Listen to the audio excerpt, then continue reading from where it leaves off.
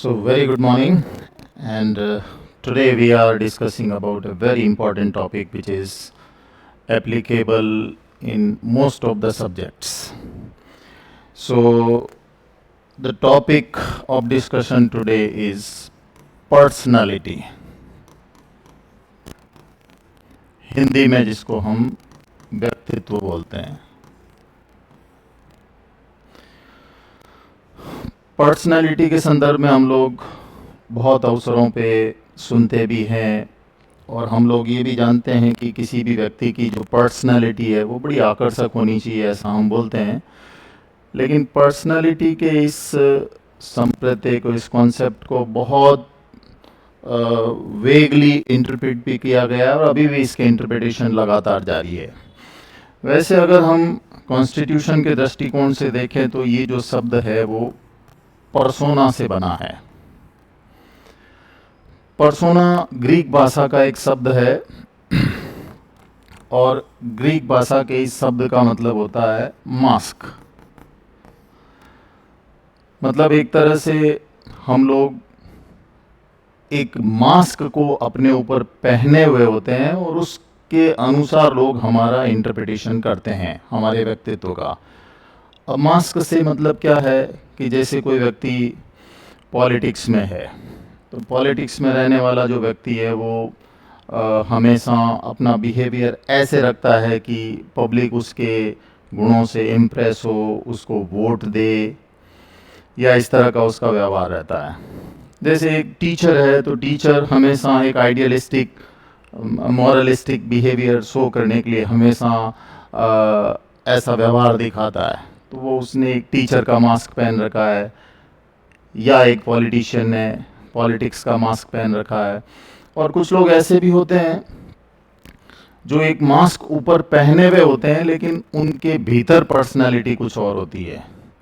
आप ऐसे बहुत सारे लोगों को पाएंगे जो कि बाहर दिखने में बहुत अच्छे हैं, बहुत हम्बल है, लेकिन भीतर से देखे तो वो क्रिमिनल भी हो सकते हैं। तो मास्क डेफिनेटली पर्सनालिटी पर्सोना शब्द से बना है, ग्रीक भाषा का जो शब्द है जिसका मतलब मास्क होता है। लेकिन इसका ये मतलब कतई नहीं है कि एक व्यक्ति ने सामाजिक रूप से बाहरी जो आवरण बना रखा है वो ही उसका भीतरी आवरण होगा। तो इसका मतलब ये तो एक अजीबोगरीब वहाबों की स्थिति हो गई कि हम किसी व्यक्ति के बाहरी आवरण से उसकी भीतरी पर्सनालिटी को जज नहीं कर सकते, और वास्तव में ऐसा है कि हम लोग नहीं कर सकते।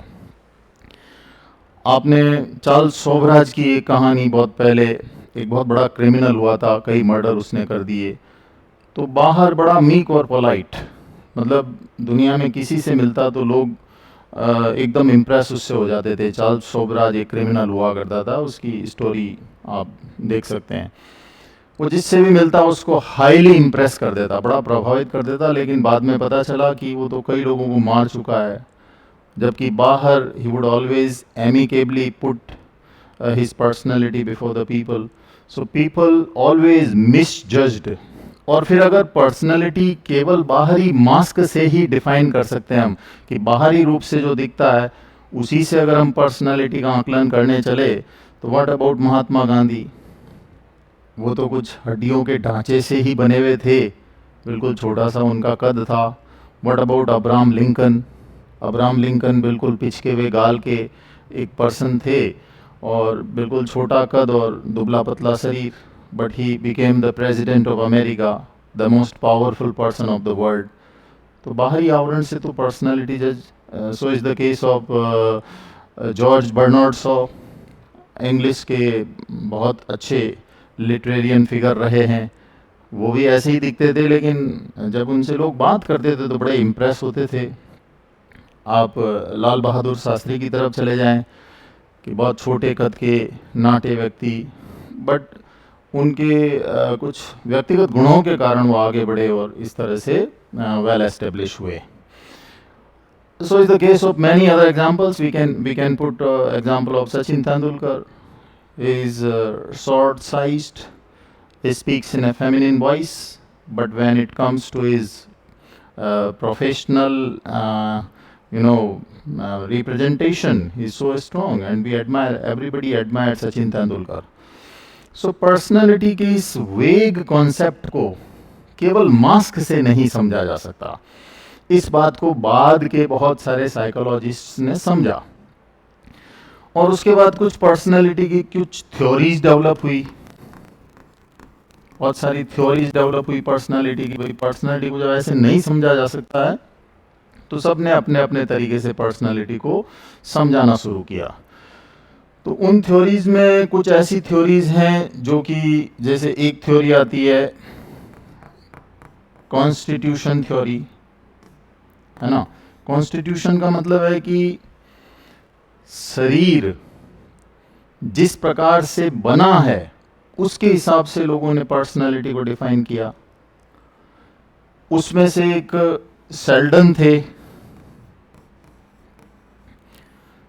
तो सेल्डन ये कहते थे कि देखिए, उन्होंने 3 तरह की कैटेगरी रखी कि पर्सनालिटी को समझना है तो आप शरीर को समझिए तो पर्सनालिटी समझ में आ जाएगी। तो वो कहते थे कि एक पर्सनालिटी की टाइप होती है एंडोमॉर्फिक, एक होती है मीजोमॉर्फिक, एक होती है एक्टोमॉर्फिक। देखिए, इन्होंने 3 तरह की बताई। इन्होंने एक बताई कि एंडोमॉर्फिक, दूसरी इन्होंने कहा मीजोमॉर्फिक, और तीसरी इन्होंने कहा एक्टोमॉर्फिक।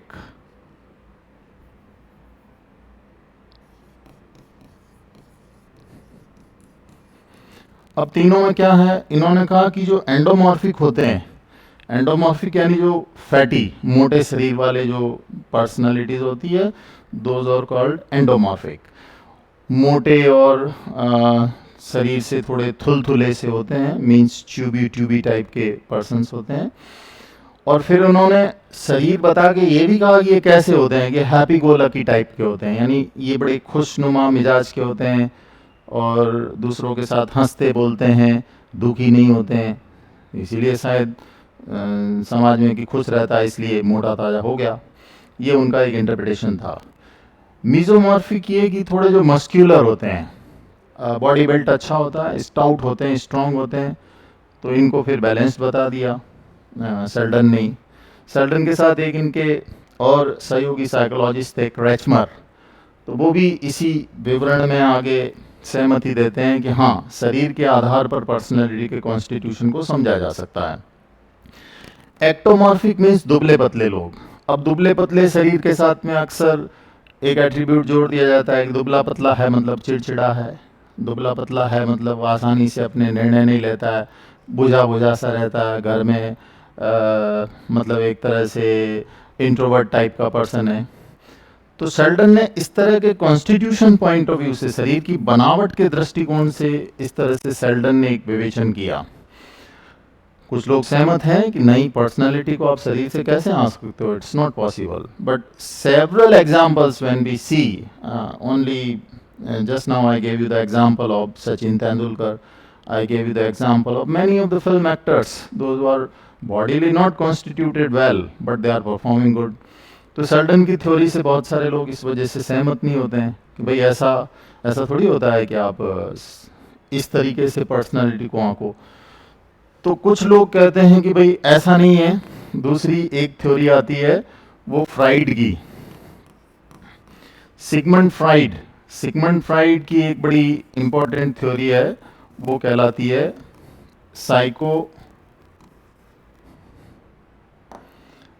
साइको एनालिटिक थ्योरी जो है वो कहलाती है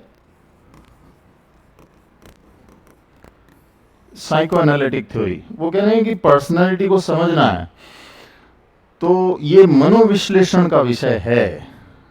मनोविश्लेषण, मन का विश्लेषण करोगे तो पर्सनालिटी समझ में आ जाएगी। तो उन्होंने फिर कुछ ऐसे कॉन्सेप्ट्स दिए कि व्यक्ति के पहले तो कॉन्शियस को समझो, उसकी चेतना को, फिर उसके सब कॉन्शियस को समझो, फिर उसका अनकॉन्शियस जो मन है उसको समझो। फिर उन्होंने और कुछ कहा कि इड को समझो, ईगो को समझो और सुपर ईगो को समझो। ये कुछ उन्होंने कॉन्सेप्ट्स दिए कि पर्सनालिटी को, हालांकि इनको डिटेल में अलग से पढ़ना चाहिए, अभी तो मैं जो कॉन्सेंट्रेटेड हूँ पर्सनालिटी के ऑलपोर्ट वाले कॉन्सेप्ट पे हम आएंगे, अभी उसको समझने की कोशिश करेंगे। तो उन्होंने कहा कॉन्शियस माइंड को समझो, सब कॉन्शियस को समझो, अनकॉन्शियस को, इड ईगो सुपर ईगो को समझो, तो आपको व्यक्तित्व समझ में आएगा। फिर उन्होंने पर्सनालिटी को कुछ सेक्सुअल एस्पेक्ट से भी जोड़ करके देखा। तो फ्राइड की भी एक थ्योरी चलती है कि साइको एनालिटिक थ्योरी से पर्सनालिटी को समझा जा सकता है। उसके बाद में एक और थ्योरी डेवलप हुई, वो थी कैटेल की।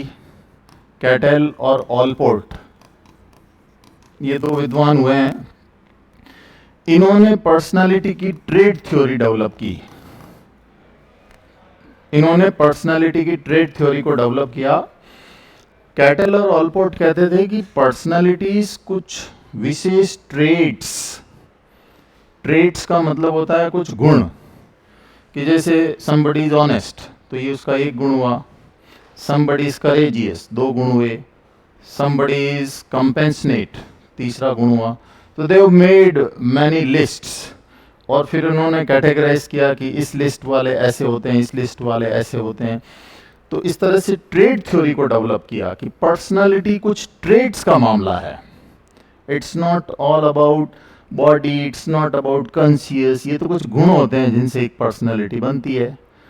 तो ये ट्रेड थ्योरी भी चलती है। उसके बाद में एक थ्योरी है life span theory. Life span theory को एरिक्सन ने डेवलप किया। एरिक्सन साइकोलॉजिस्ट थे। उन्होंने कहा कि देखिए, पर्सनालिटी डेवलपमेंट का मामला अर्ली इन्फेंसी से लेकर के मैच्योरिटी तक, यानी क्रेडल टू ग्रेव, एक व्यक्ति अपने पालने से कब्र तक डेवलप होता है। उन्होंने कहा इन्फेंसी में ऐसा होता है, इन्फेंसी के बाद में जो इन्फेंसी के बाद की स्थिति आती है उसमें ऐसा होता है। फिर चाइल्डहुड आ जाता है, फिर एडल्टहुड में भी उसकी 2-3 स्टेजेस, फिर मैच्योर स्टेज, और इस तरह से ये लाइफ स्पैन थ्योरी उन्होंने बताई कि पर्सनालिटी ऐसे मैच्योर होती है धीरे धीरे। एक जो थ्योरी दी है उसको बोलते हैं ह्यूमनिस्टिक। ह्यूमनिस्टिक जो थ्योरी है उसमें सबसे प्रमुख है मास्लो। मास्लो की थ्योरी बड़ी फेमस है। मास्लो ने यह कहा कि देखिए, मास्लो ने एक पिरामिड भी बनाया था कि एक व्यक्ति अपने जीवन में धीरे धीरे जन्म से लेकर मृत्यु तक एक फुलफिलमेंट की तरफ आगे बढ़ता है, सेल्फ एक्चुअलाइजेशन कि डेवलप होते होते एक ऐसे पॉइंट पे चला जाएगा कि मैं जिंदगी में जिस मकसद को लेकर आया था उस मकसद को मैंने पूरी तरह से हासिल कर लिया। That is called self actualization. Means मैं जिंदगी में एक मकसद लेके पैदा हुआ था, धीरे धीरे धीरे वहां तक पहुंच गया और मुझे मोक्ष जैसा कुछ मिल गया। भारतीय लोग इसको मोक्ष बोलते हैं, पश्चिमी जगत में मास्लो जो इसको सेल्फ एक्चुअलाइजेशन बोलते हैं। तो इस तरह से पर्सोना की बात तो फैल हो गई। उसके बाद में अलग अलग साइकोलॉजिस्ट ने, सबसे पहले सेल्डन ने कहा भाई शरीर के हिसाब से पर्सनालिटी होती है, कुछ लोगों ने खारिज किया नहीं होती है। फ्राइड आए, सिगमंड फ्राइड बड़े फेमस साइकोलॉजिस्ट वर्ल्ड वाइड है, उन्होंने कहा पर्सनालिटी है तो उसके मन को, उसकी चेतना को एनालाइज करो तो पर्सनालिटी समझ में आएगी। तो उन्होंने सारी परिभाषाएं और विचार इस हिसाब से दिए, कॉन्शियस, सब conscious, unconscious, end ego, super ego से पर्सनालिटी को समझाया। फिर उसके बाद में कैटल जैसे ने कहा ये तो कुछ गुणों का मामला है, ये गुण किसी व्यक्ति में होते हैं तो वो अच्छी पर्सनालिटी वाला, और ये गुण एक अच्छी पर्सनालिटी में होते हैं। उन्होंने कुछ गुणों को कैटेगराइज किया। लाइफ स्पैन थ्योरी में एरिक्सन जैसे कहते हैं कि पूरी जिंदगी एक स्टेज से दूसरी स्टेज में व्यक्ति लगातार मैच्योर होता जाता है। उन्होंने 7-8 स्टेजेस बताई। और ह्यूमनिस्टिक थ्योरी ये कहती है कि जिंदगी में एक व्यक्ति धीरे धीरे एक समय के बाद में उसको पता चलता है कि मैं किसी विशेष चीज के लिए बना हूं, और वो उस तक पहुंच जाता है। That is called self realization, self actualization. अब ये सारी चीजें समझ करके आपके मन में भी एक ऊहापोह, द्वंद्व की स्थिति आ गई होगी कि जब सब इतने लोग पर्सनालिटी को इस तरीके से कह रहे हैं तो हम क्या करें। तो so was the question in everybody's mind. But Allport, Gordon B. Allport was professor in USA. तो जीबी ऑलपोर्ट ने इस समस्या का काफी कुछ समाधान कर दिया। जीबी ऑलपोर्ट ने इस समस्या का काफी कुछ समाधान करके एक तर्कसंगत परिभाषा दी। उन्होंने एक बहुत अच्छी परिभाषा दी जो दुनिया भर में, हालांकि पर्सनालिटी की बहुत सारी परिभाषाएं आप पाएंगे, यहाँ वहाँ खूब सारी परिभाषाएं पाएंगे जिसमें पर्सनालिटी को इस या उस तरीके से डिफाइन किया गया, बट ऑलपोर्ट की जो परिभाषा है वो इतनी व्यापक है, इतनी कॉम्प्रिहेंसिव है, इतनी एक्सेप्टेबल है, इतनी आप समझ लीजिए कि सभी लोग उस परिभाषा पे सहमत है, क्योंकि असहमति जताएंगे कहाँ पे। उन्होंने इतने सुंदर तरीके से सारी बातों को कहा कि उसके साथ में असहमत होना बड़ा मुश्किल है। देखिए उनकी परिभाषा क्या थी। उन्होंने कहा कि personality is the dynamic organization within an individual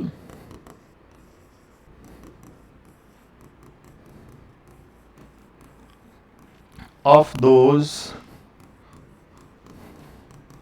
psychophysical systems that determine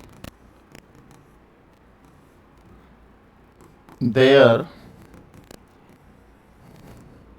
unique adjustment to environment। हालांकि इस परिभाषा में यहाँ एडजस्टमेंट के साथ कई जगह ये भी लिखा हुआ मिलता है, unique characteristics behaviour and thought, ये भी आता है। हालांकि एडजस्टमेंट वाला ज़्यादातर जगह पे प्रचलन में है, तो हम इसी को समझने की कोशिश करते हैं।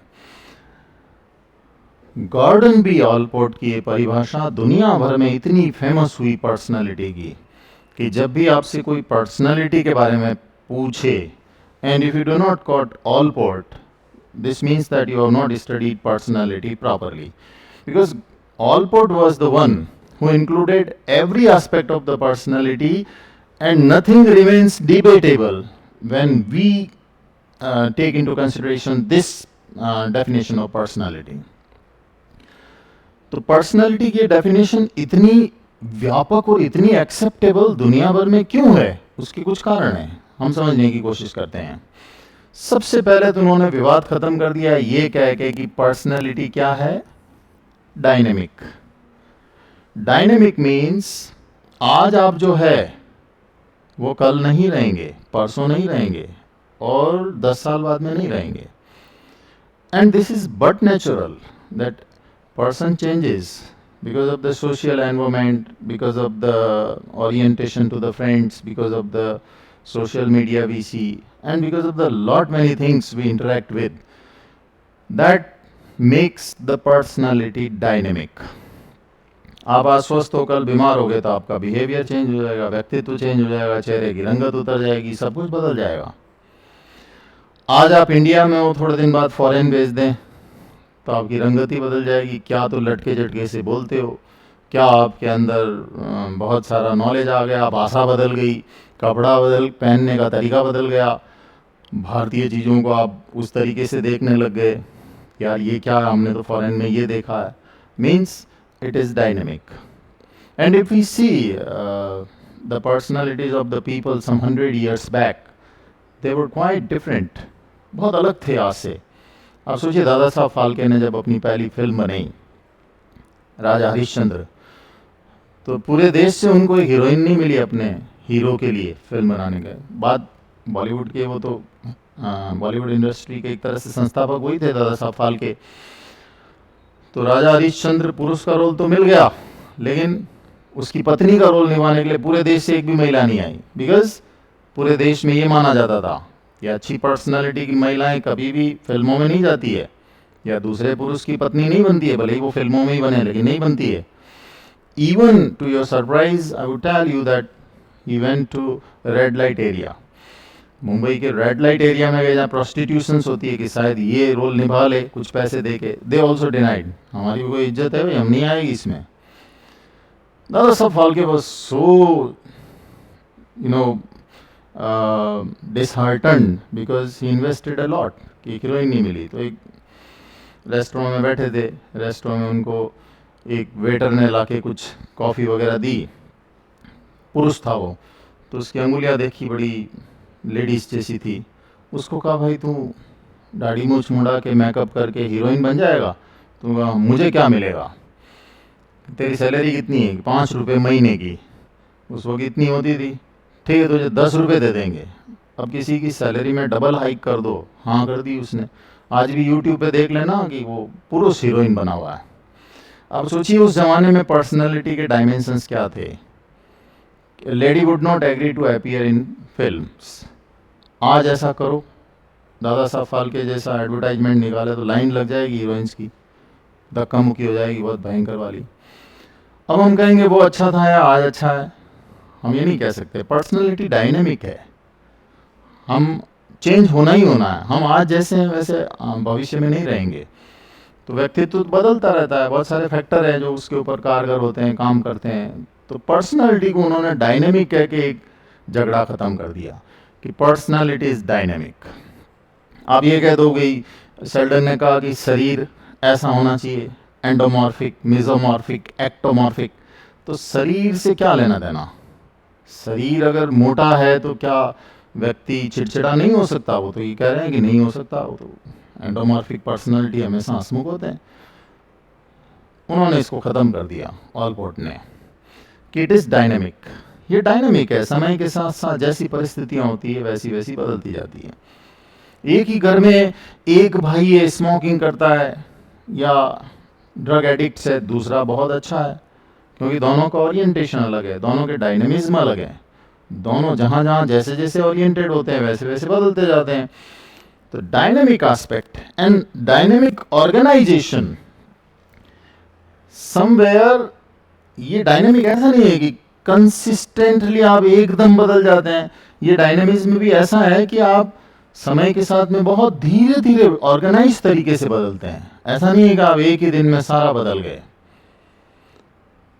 ऐसा हो नहीं सकता, क्योंकि जो चेंज आते हैं वो किसी व्यक्ति के मन मस्तिष्क में धीरे धीरे आते हैं.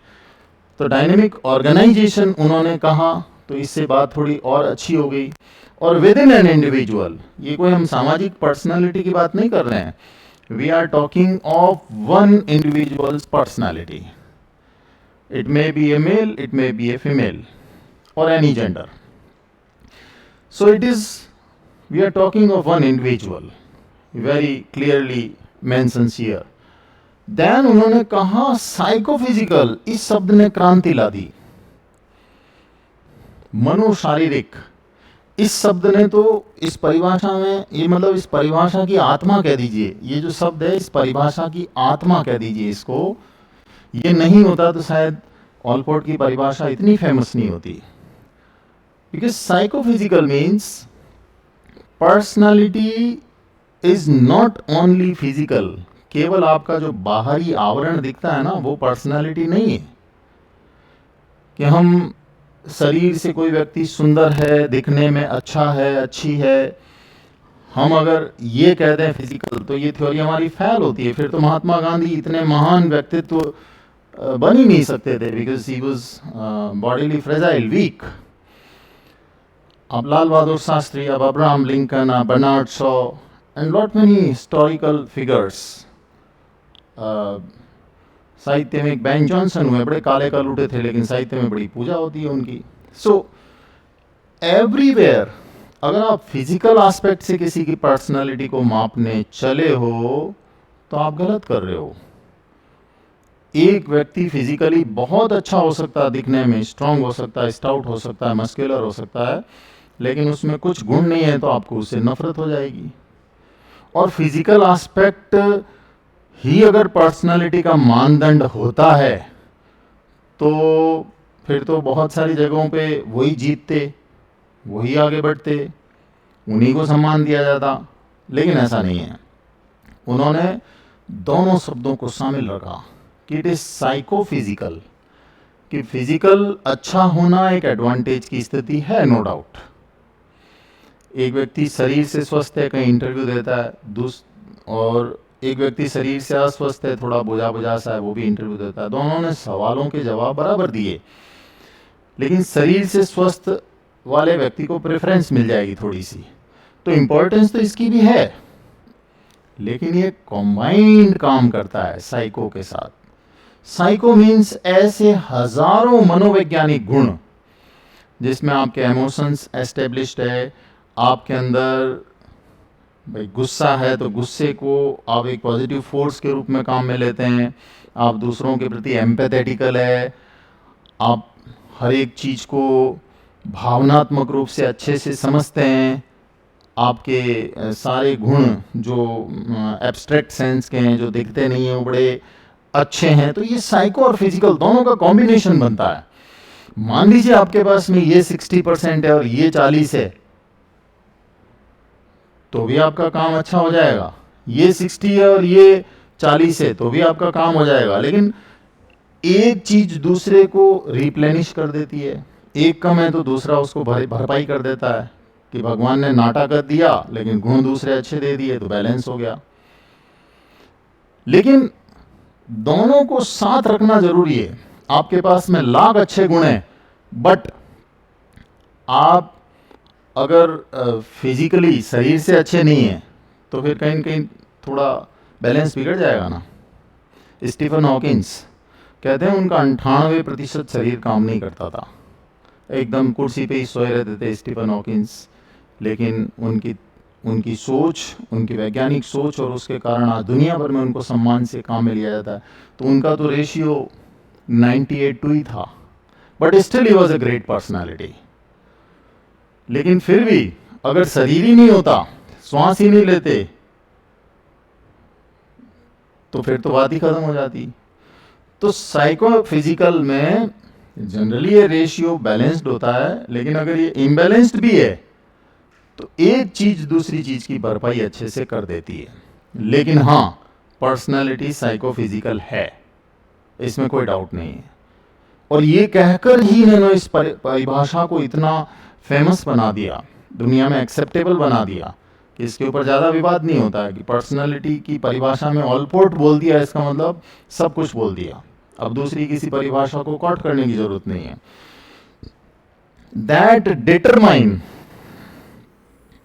अब ये जो शब्द है, ये डिटरमाइन कह करके उन्होंने चीज़ों को और बढ़िया बना दिया। देयर, देयर का मतलब इसमें हिज भी आ गया, हर भी आ गया, दोनों। Unique adjustment to environment.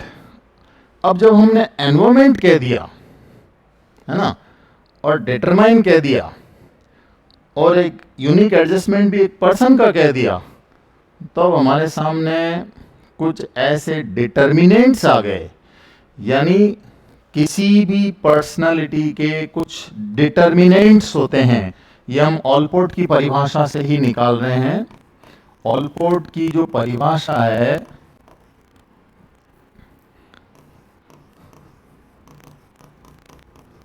इस ऑलपोर्ट की परिभाषा में से निकला है कि there are several determinants of personality. Now what are the determinants?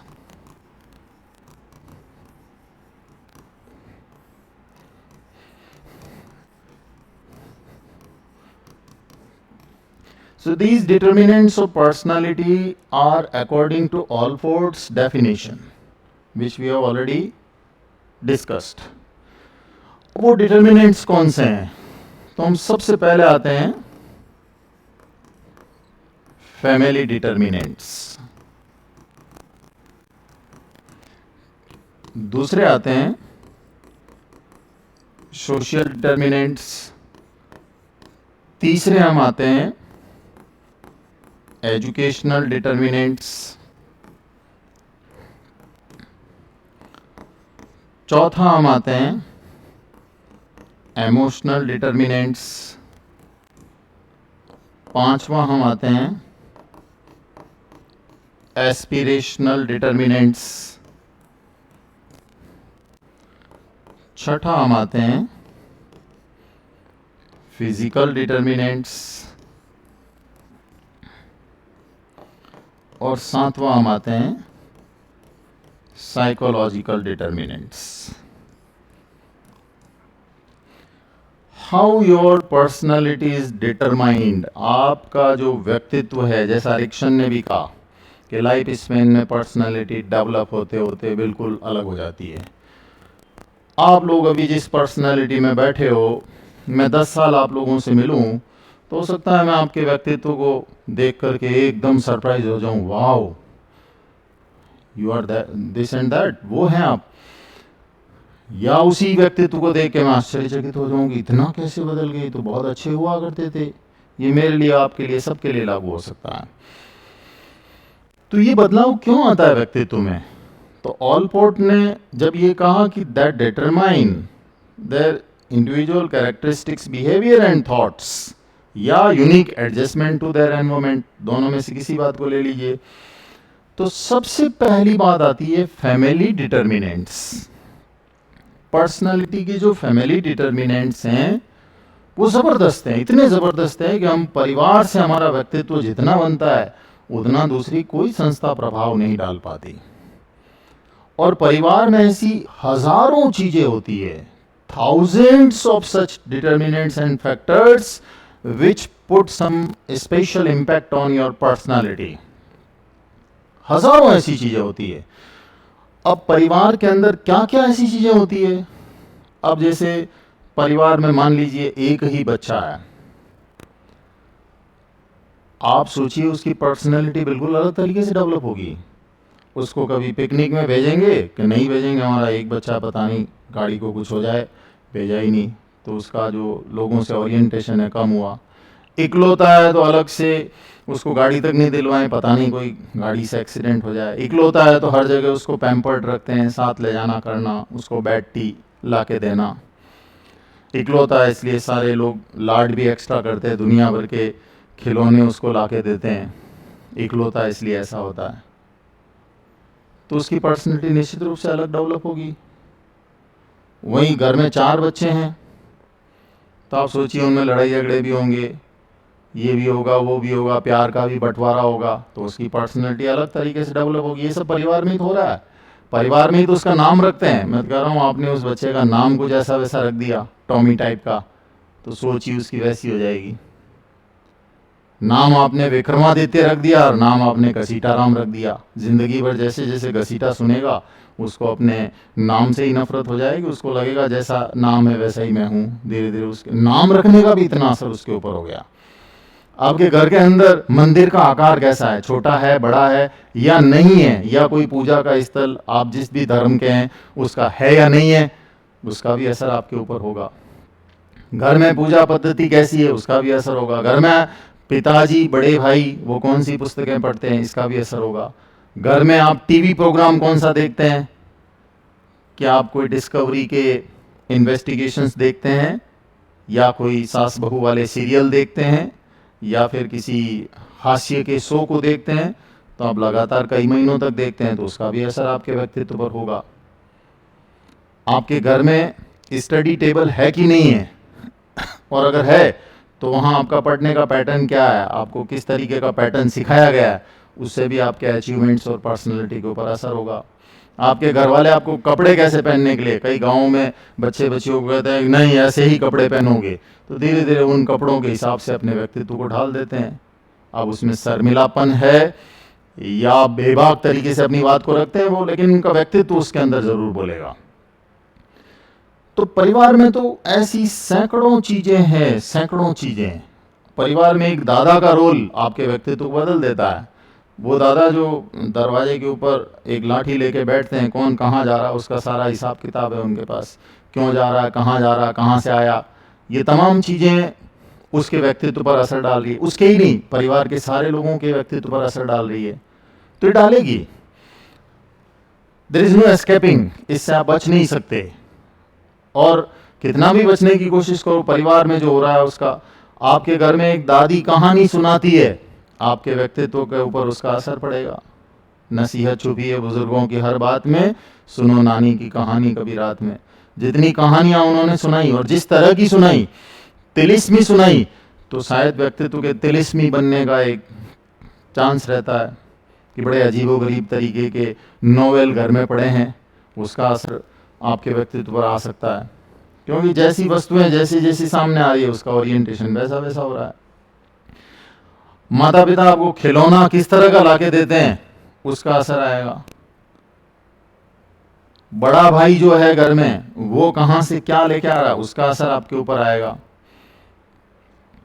घर में 3 बहनें और भाई 1 है, उसका असर आपके ऊपर आएगा। या भाई 3 है, बहन 1 है, तो बहन के ऊपर अलग तरह का असर आएगा। हजारों चीजें हैं।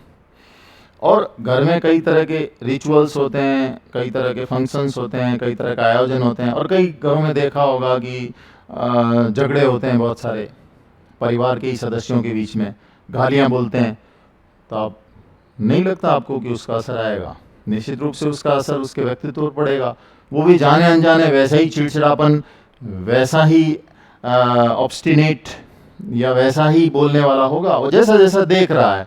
मैं कह रहा हूँ कि हजारों चीज़ें जिनको संक्षेप में यहाँ पर रखना इम्पॉसिबल है एक क्लास में।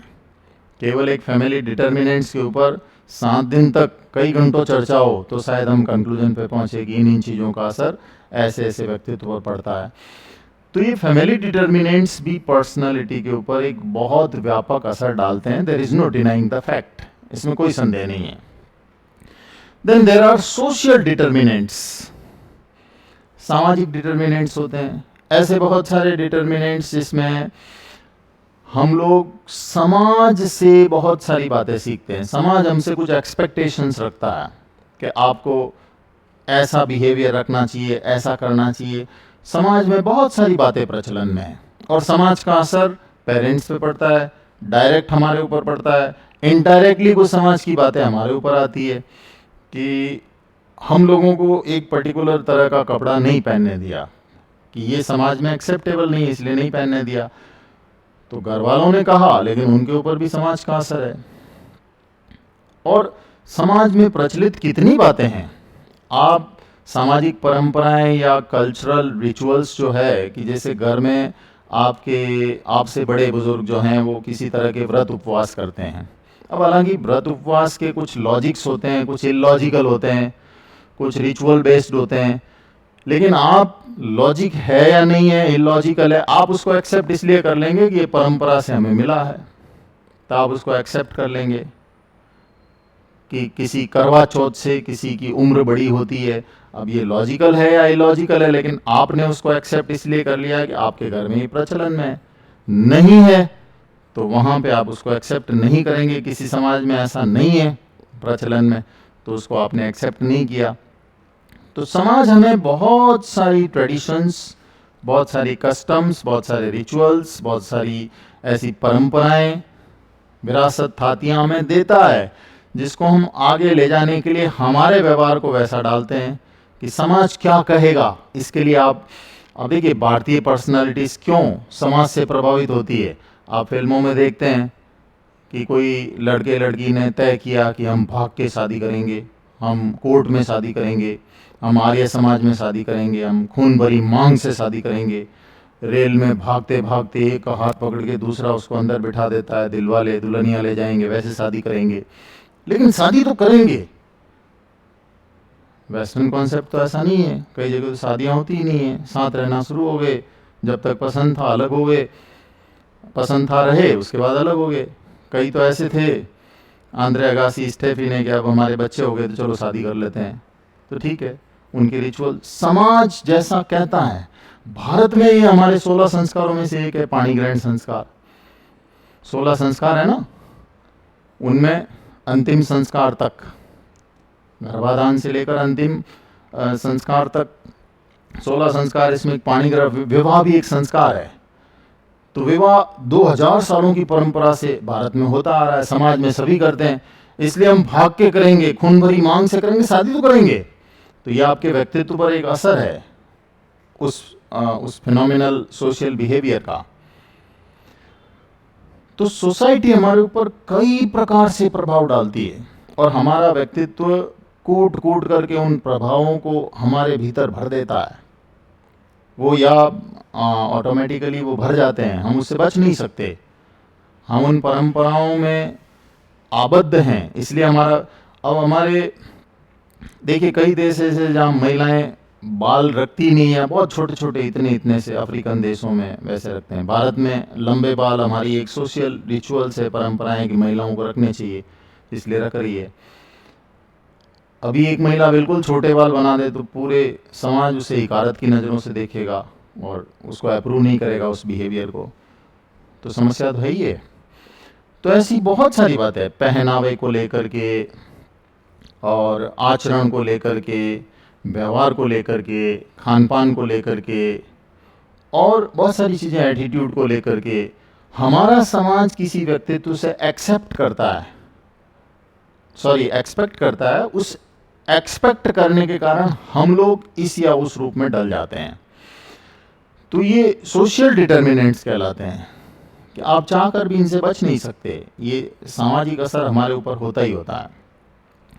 फिर होते हैं एजुकेशनल डिटर्मिनेंट्स। आप जिन शैक्षणिक संस्थाओं में पढ़ते हैं, देखिए हर शैक्षणिक संस्था का अपना एक माहौल होता है, वहाँ का डिसिप्लिन, वहाँ के जो मैनेजमेंट से लेकर के नीचे तक जो हियरार्की में सभी लोग होते हैं। इवन किसी विद्यालय में अगर आप 12 साल पढ़ते हैं, किसी महाविद्यालय में आप 4-5 साल पढ़ते हैं, वहाँ के पियोन का असर भी, पियोन की पर्सनालिटी का असर आपके ऊपर होगा कि वो कैसे बिहेव करता है, कैसे उसका आपके साथ में बर्ताव है, तो आप भी उन चीज़ों से सीखते हैं। तो टीचर्स उन लगभग 15-20 सालों तक जब बच्चा पढ़ता है तो टीचर्स का एक इम्पैक्ट ज़बरदस्त होता है। उनका प्रेजेंटेशन, उनका बोलने का तरीका, उनका आपको ट्रीट करने का तरीका, वहाँ आप किस तरह की किताबें पढ़ते हैं, मॉरल ओरिएंटेशन आपका कैसा है। और वैल्यूज़ कभी पढ़ाए नहीं जा सकते हैं, वैल्यूज़ हमेशा, values are caught, they are not taught. तो वैल्यूज़ जो वहाँ इनकलकेट किए जाते हैं बिहेवियर के थ्रू, वहाँ फ्रेंड्स कैसे हैं, उनका बर्ताव कैसा है, वहाँ आप कैसी पुस्तकें लाइब्रेरी में पढ़ते हैं, वहाँ आपका टाइम स्पेंड कैसे होते हैं, वहाँ की को करिकुलर एक्टिविटीज़ जो है वो आपके व्यक्तित्व को विकसित करने में कैसे सहायक हुई। तो lot many things are there जो आपके एजुकेशनल इंस्टीट्यूशन, आपकी दीवार पे लिखा हुआ एक कोटेशन आपकी ज़िंदगी बदल सकता है। एक ज़बरदस्त अच्छी कक्षा किसी टीचर ने ली, उसकी 5-7 बातें आपके व्यक्तित्व पर ऐसी असर कर गई कि आपकी ज़िंदगी बदल गई, वो आपकी ज़िंदगी को बदल सकता है। तो एजुकेशनल डिटर्मिनेंट्स भी बहुत मायने रखते हैं। Means what type of education you get, what subjects you are having, and what kind of orientation you got with the teachers and the other persons associated with the institution, everything matters। तो ये बहुत व्यापक विषय है, ये भी हमारी personality के ऊपर एक तरह से बहुत व्यापक असर डालता है। Then there are emotional determinants. Emotional determinants हमने देखो साइकोलॉजिकल अलग रखा है, इमोशनल अलग रखा है। साइकोलॉजिकल थोड़ा अलग है और इमोशनल इसलिए कि देखिए हर व्यक्ति के इमोशंस तय करेंगे कि वो व्यक्ति आगे जाके कैसा बनना है। चिड़चिड़ा बनना है, मजबूत बनना है, दूसरों के प्रति समानुभूति यानी एम्पैथी रखने वाला बनना है, वो सब कुछ तय होगा कि उसके इमोशंस कैसे डेवलप हो रहे हैं।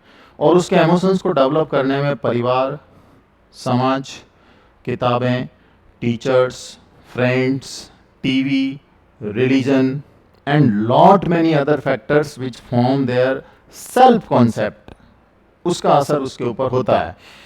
तो इमोशनल देखिए किसी घर में एक पैम्पर्ड चाइल्ड होता है जिसको माँ ले जाके बेड टी देती है, उठ जा बेटा देख अच्छा नहीं होता इतनी देर सोना, फिर उसके सिर पे हाथ फेरती है, फिर बच्चा ऊँ करता हुआ 15 मिनट परेशान ही करता है, नहीं उठूँगा, फिर माँ हाथ फेरती है, फिर चाय बना के लाती है, फिर वो एक टेस्ट करता है, फिर कहता है नहीं बहुत कड़वी है, फिर वापस जाके शक्कर डाल के लाती है, फिर वो पीता है, फिर 15 मिनट बाद उठता है। एक प्रोसेस है।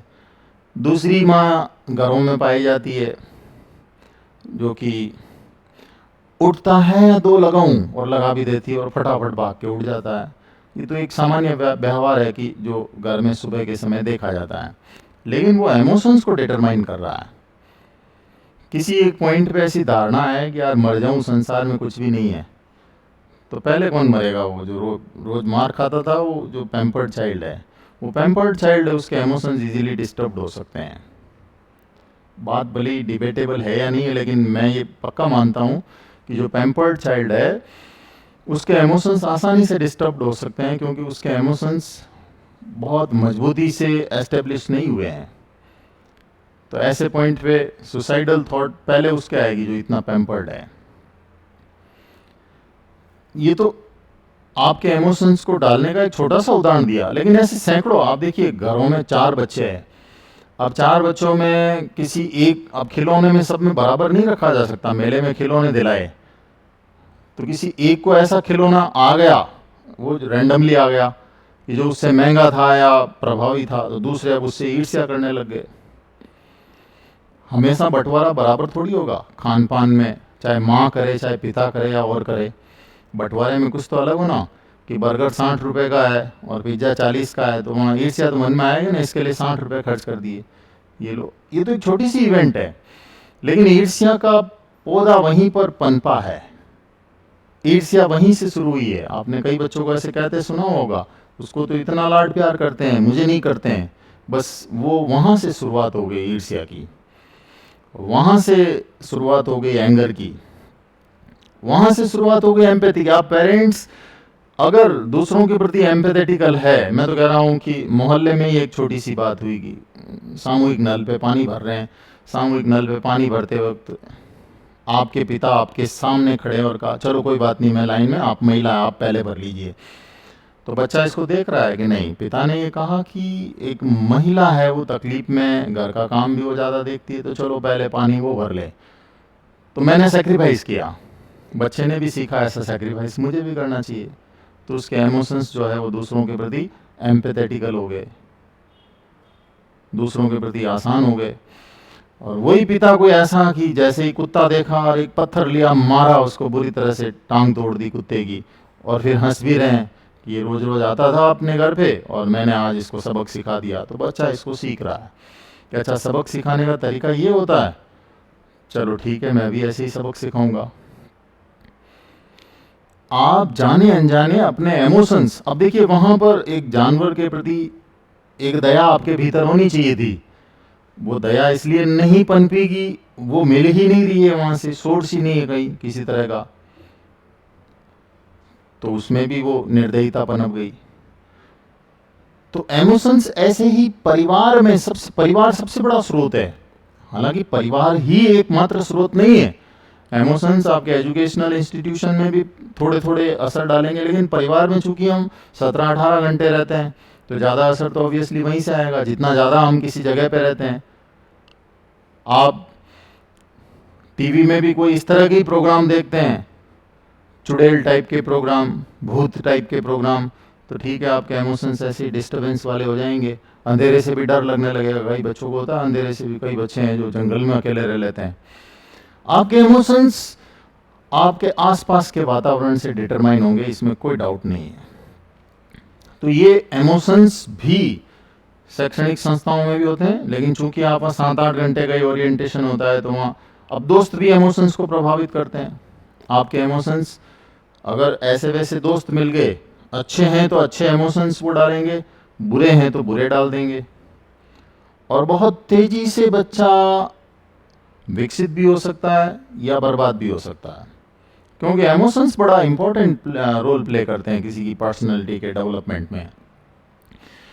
एस्पिरेशनल डिटर्मिनेंट्स जो होते हैं, एस्पिरेशनल डिटर्मिनेंट्स वो होते हैं जहाँ पर आपके जो एस्पिरेशंस हैं, सबसे पहले तो आप अपने एस्पिरेशंस या तो परिवार से या दोस्तों के बीच में या टीवी देख के या एजुकेशनल इंस्टीट्यूशन में आप अपने एस्पिरेशन पालते हैं, मुझे आगे बन के एक बिजनेस पर्सन बनना है, आईएएस बनना है, या मुझे एक पुलिस ऑफिसर बनना है, या मुझे एक समाज सेवी बनना है, पॉलिटिशियन बनना है, कुछ भी। आपके एस्पिरेशन किसी न किसी व्यक्ति को देख करके आप प्रभावित होकर बनाते हैं, और एक बार जब बन गए तो फिर लगातार आपके पर्सनालिटी में वो किरदार चलता रहेगा। अगर बन गया आपका एस्पिरेशन कि मुझे आगे चल कर के एक एक्टर बनना है, एक्ट्रेस बनना है, और वो किरदार आपके अंदर घुस गया, तो फिर हर चीज़ में आप वही देखेंगे, हर चीज़ में आप वो देखेंगे और हर जगह आप उस तरह से अपने आप को डालने की कोशिश करेंगे। तो ये भी एक ऐसा डिटर्मिनेंट है जो कि आपकी पर्सनालिटी को ढालने में महत्वपूर्ण सिद्ध होता है। देन फिजिकल डिटर्मिनेंट्स, जैसा हमने ऑलपोर्ट की परिभाषा में पीछे देखा कि पर्सनालिटी है वो साइकोफिजिकल है, मनोवैज्ञानिक भी है, और शरीर अगर आपका अच्छा है, स्वस्थ है, पर्सनालिटी बढ़िया है, तो कई जगह एडवांटेज मिलेगा, आपको इंटरव्यू मिल जाएगा और बहुत आसानी से आप जगह जगह वो एडवांटेज पा लेंगे अगर फिजिक अच्छा है। लेकिन ये बात तो हमने सिद्ध कर दी पीछे परिभाषा में कि केवल फिजिक अच्छा होने से कोई व्यक्ति अच्छी पर्सनालिटी का कहलाएगा, इसकी कोई गारंटी नहीं है। दो अच्छे लोग थे, लड़का भी दिखने में अच्छा, लड़की भी, शादी भी हो गई, लेकिन पता चला महीने भर बाद तलाक हो गया। तो it was not physical attraction which bound them together, ऐसा नहीं है। बहुत सारे एब्स्ट्रैक्ट ऐसे गुण होते हैं जो हमें दिखते नहीं है लेकिन वो है। लेकिन हाँ, फिजिकल डिटर्मिनेंट्स व्यक्ति के व्यक्तित्व पर असर तो डालते हैं। अब किसी के कान बड़े हो गए एकदम, अब उसकी कानों की वजह से बचपन में उसको चिढ़ाते थे, बड़ा हुआ तब चिढ़ाते थे, वो उसको छुपाने के चक्कर में फिर उसमें नेगेटिविटी आने लगती है, थोड़ा कॉन्फिडेंस कम हो जाता है, फर्क पड़ा। तो फिजिकल डिटर्मिनेंट्स में ऐसी कई बातें होती है। देखिए, या तो किसी व्यक्ति ने फिजिकल डिफॉर्मिटी को अपने गुणों से इतना ढांप दिया कि अब कोई उसका नाम ही नहीं लेता, इतने गुण दूसरे हावी हो गए। लेकिन वो दूसरे गुण हावी नहीं है और एक नेगेटिविटी फिजिक की है, तो फिर वो उसके ऊपर असर डालेगी, है ना। और इस फिजिकल डिटर्मिनेंट्स में भी एक सेक्स एप्रोप्रिएटनेस के हिसाब से फिजिकल डिटर्मिनेंट्स होने चाहिए। जैसे लड़की है तो उसके मूंछें आ गई तो उसमें नेगेटिविटी आ गई, लड़का है मूंछें नहीं आई तो उसमें नेगेटिविटी आ गई। इसको बोलते हैं सेक्स एप्रोप्रिएटनेस, कि जिस सेक्स का व्यक्ति है उसके अंदर उसकी सोशल एक्सेप्टेंस उस कल्चर में, कल्चर भी एक जगह का एक जैसा होता है, दूसरे जगह का दूसरे जैसा। आप इंग्लैंड के कल्चर को भारत के हिसाब से देखेंगे तो पर्सनैलिटी को समझ ही नहीं सकते। इसलिए वेस्टर्न फिलोसोफर जो पर्सनैलिटी की परिभाषा देते हैं, भारतीय फिलोसोफर्स व्यक्तित्व के बारे में क्या कहते हैं उसको भी हमें समझना चाहिए। वेस्टर्न वर्ल्ड में बहुत पॉसिबल है कि एक पिता पुत्र साथ बैठ के सिगरेट पी सकते हैं और एक्सेप्टेबल है, भारत में ऐसा अनएक्सेप्टेबल है, इम्पॉसिबल है। तो आप एक कल्चर को दूसरे कल्चर में जाके देखेंगे तो बात समझ में नहीं आएगी। आप अपनी जगह एक बार व्यक्तित्व को समझिए। हाँ, वेस्टर्न साइकोलॉजिस्ट पर्सनैलिटी के बारे में जो कह रहे हैं उसको समझने की कोशिश जरूर कीजिए, वो क्या कह रहे हैं। उसमें भी बहुत सारी चीज़ें ऐसी है जो यूनिवर्सली एक्सेप्टेबल है, तो उनको भी हमें समझना चाहिए। तो फिजिकल डिटर्मिनेंट्स में निश्चित रूप से किसी व्यक्ति का शरीर का स्वस्थ होना एडवांटेज की स्थिति है, चेहरे पे मुस्कुराहट होना एडवांटेज की स्थिति है, और हर तरीके से व्यक्ति विभिन्न प्रकार के रोगों से मुक्त हैं तो एडवांटेज की स्थिति है। कोई किसी प्रकार की फिजिकल डिफॉर्मिटी है तो निश्चित रूप से उसके कॉन्फिडेंस पर और अन्य चीज़ों पर, परफॉर्मेंस पर उसका फर्क पड़ता है। लेकिन साइको एस्पेक्ट यानी उसके जो मनोवैज्ञानिक गुण दूसरे डेवलप हो रहे हैं तो वो उसको बैलेंस्ड में ला देता है। फिजिकली किसी व्यक्ति का समस्त प्रकार से एक इक्विलिब्रियम होना, एक ऐसी स्थिति में होना जहाँ बहुत सुंदर तरीके से उसने अपने आप को एक अच्छी व्यवस्था में ढाल दिया है और उसके सारे फिजिकल एट्रीब्यूट्स बैलेंस्ड है, तो फिर पर्सनैलिटी जो डेवलप होती है वो बैलेंस्ड होती है। Then comes psychological.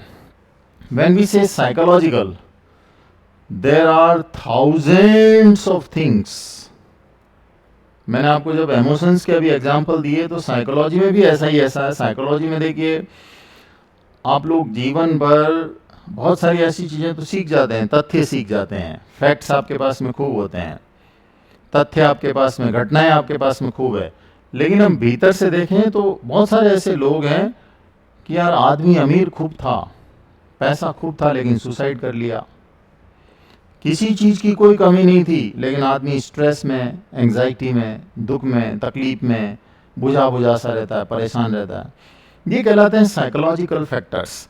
और ये साइकोलॉजिकल फैक्टर्स अगर कोई समझदारी से इनको नहीं समझे तो इन साइकोलॉजिकल फैक्टर्स की वजह से पर्सनालिटी रून भी हो सकती है, बर्बाद भी हो सकती है, और पर्सनालिटी ज़बरदस्त निखर भी सकती है।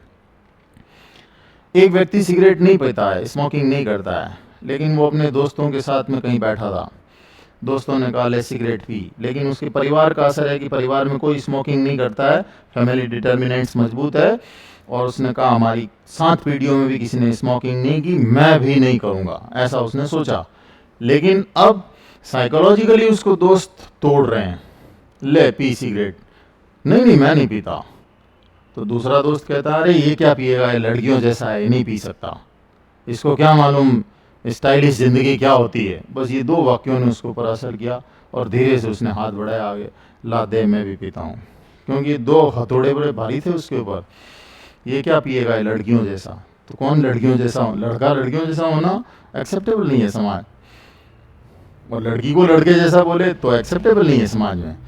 तो उसने कहा ऐसा है क्या, ऐसी बुराई है मेरे में, लाओ फिर मैं पीता हूँ। और फैमिली के सारे डिटर्मिनेंट्स असरकारी थे, लेकिन यहाँ असर उसका ख़त्म हो गया और साइकोलॉजिकली वो दूसरी धारा में चला गया इतना आसानी से। और अगर ये बहुत मजबूत होते कि अभी भी ये 2 स्टेटमेंट दोस्त के काम नहीं करते हैं, तो हो सकता है इनकी मजबूती के कारण ये बेअसर हो जाए यहाँ पर। लेकिन हाँ, साइकोलॉजिकली आप बहुत सारी छोटी छोटी घटनाएं होती है। आप देखिए पारिवारिक परवरिश में कई बार क्या होता है कि